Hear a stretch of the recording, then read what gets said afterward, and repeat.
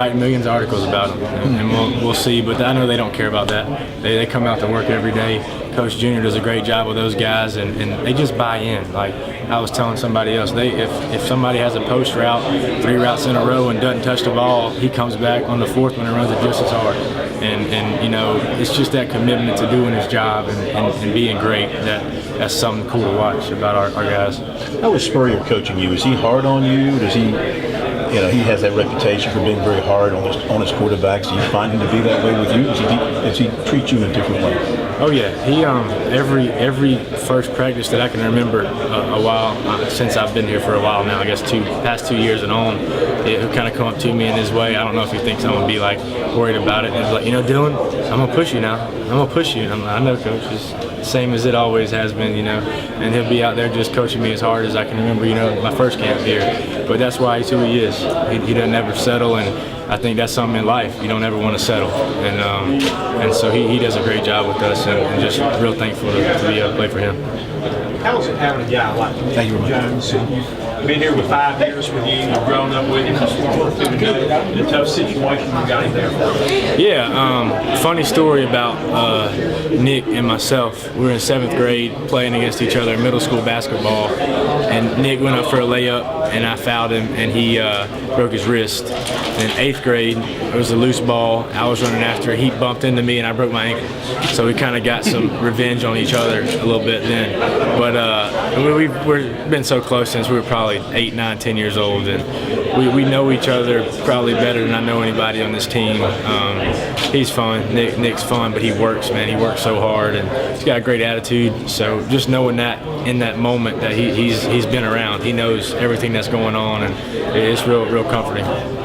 You've been here a couple more guys. You've been here for 5 years. What have you learned during the time you've been here? Just to be thankful for the opportunity you get to come out and get better every day. And we've got guys that really embody that right now, and we got a great group that just values each other. What are you looking when you leave South Carolina? Your legacy on this program? I just want to be known. I love my teammates. Just treated them with everything I had and poured into them as much as I could. And we'll see what it looks like, you know, January, February. No. I'm just curious. 2009 Shrine Bowl. I don't know if you remember. A lot of people weren't all that impressed with your play that year in the Shrine Bowl. Did you think about that and listen to the critics at all? Man, to be honest, I don't know how you guys. I don't remember what I ate for breakfast yesterday. If they did, that's okay. But we just get here, and I think we do a good job here, just focusing on, all right, you're here now, let's just work. And it doesn't matter if you come in being a guy that's really highly rated or no one cares who you are. I think our coaches, our strength staff do a good job of just, all right, you're a part of the family now, let's just work and continue to improve. And guys have done a pretty good job of that here. So you haven't worried about kind of where you had to come from to get to this point? No, not really. How high is your confidence level at this point, if you can? I think right now we're all feeling pretty good, but we got a long way to go. You know, coach does a good job of staying on us. Got to sign up in the locker room and in the meeting room. You know, the price of victory is high, but so are the rewards. And so I think he does a good job reminding us day in, day out that we just got to stay hungry, stay humble, and just keep working. Have you felt sharp throwing the ball? Oh yeah, but we all have. I think all the quarterbacks have done a really good job. I think we've been pretty sharp. Guys know their stuff, and they did a great job this offseason of studying and getting prepared. Your experiences of the past, having started games, having had 300-yard passing games, having dealt with the media, how has that helped you prepare for having the entire job this year? Yeah, well, we have a great staff in place for helping with that too. I think those guys do a great job helping us with all this. But it's helped, that experience, and we talk about that in the meeting rooms all the time with the young guys especially. You know, just getting those reps on practice is a big deal, because you come in here and watch tape on, like if I'm watching tape on Connor, I don't learn near as much as I do if I'm not writing something down. And so that's what Coach Magnus does a great job on. Take notes on everybody, and that's helped me throughout the years. Being able to do that with games, practices, and it's been helpful. Coach Ward and Coach Square kind of brought up on their own the togetherness of this team and how different it is. Why is it so different going into this year as opposed to maybe last year? I think the tone.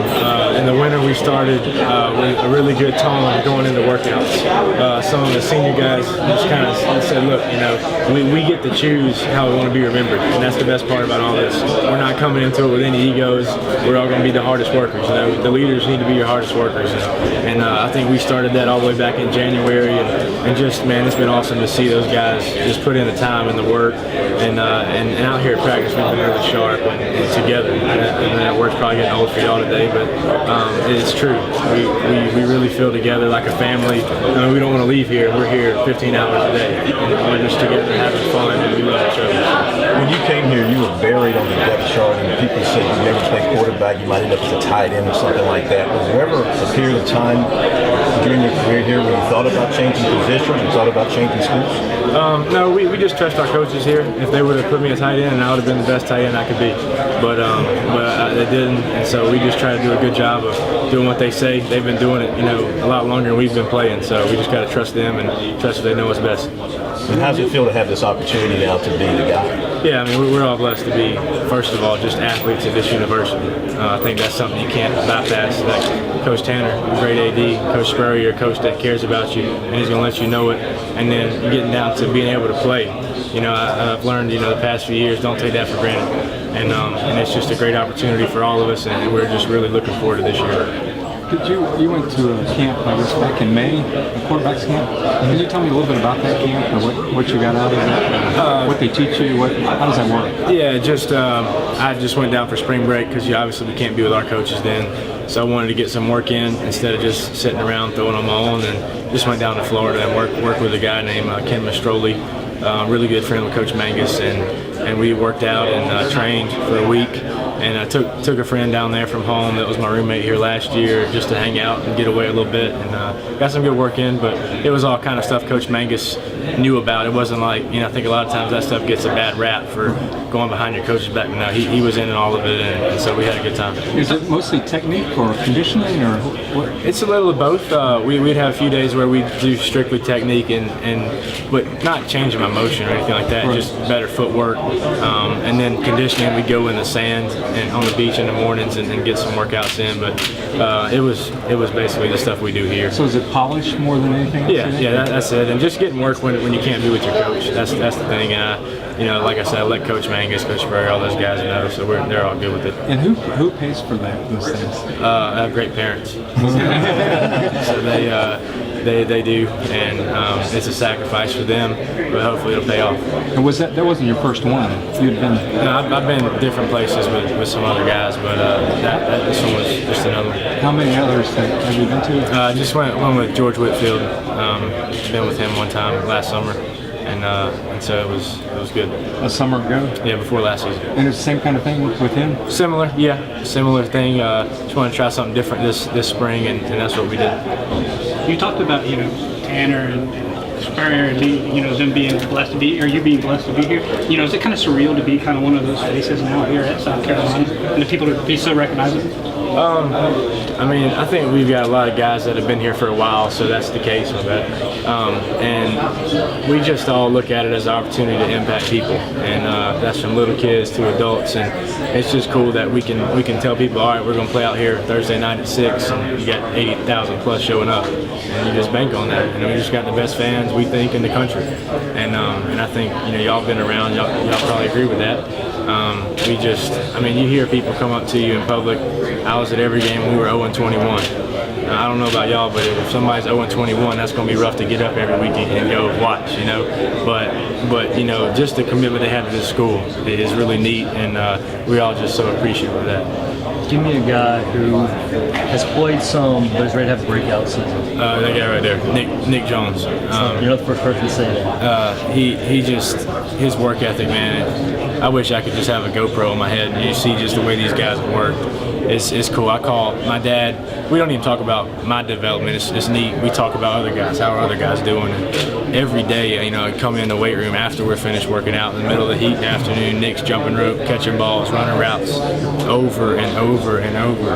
And then you're seeing out here in practice, he's making plays, and that stuff translates well. And I just think our linemen, you got all the linemen in the weight room extra this summer, the wideouts, you know, guys texting me, just when can we throw? When can we throw? And that's just, I think, really foreign. And I was, you know, trying to play dumb a little bit at that Manning camp and feel out how other guys' teams worked. And I was just kind of smiling the whole time, like, man, we got a great group of guys. And that's nothing I've done. That's those guys being committed. And it's just a blessing to be able to be on a team with guys like this that care about being great.